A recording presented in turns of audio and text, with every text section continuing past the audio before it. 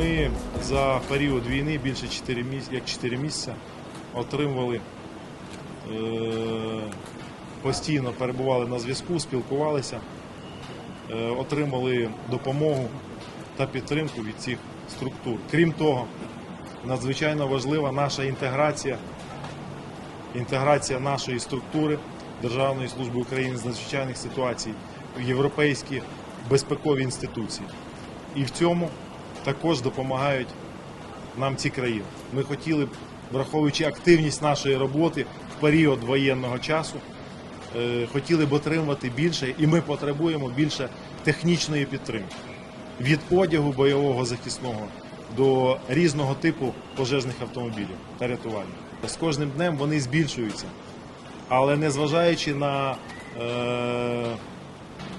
те, що країни, можливо, невеликі, ми отримуємо від них достатньо і надзвичайно необхідної допомоги. I think the Ukrainian rescue and fire service level is very good, and I think it's everything is based on the people, and it means like people are very well trained, and the will is very high.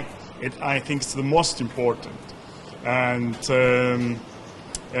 I think the Ukraine can be part of our civil protection mechanism, what we have in European Union, how we can monitoring all the time what is going on and how to support when have some crisis in somewhere.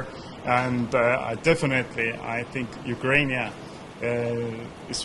is ready to be part of this union.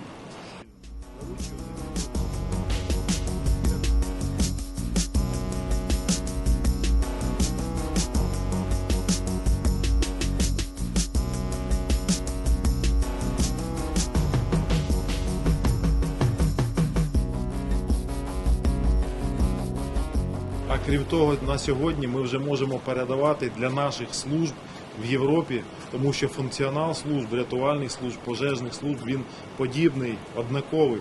Але досвід, в якому функціонує сьогодні рятувальна служба України, він глибший в питаннях евакуації, в питаннях оповіщення, в питаннях надання допомоги, в питаннях роботи психологів, роботи піротехніків. Тому ми рухаємося далі спільно, беручи один від одного досвід.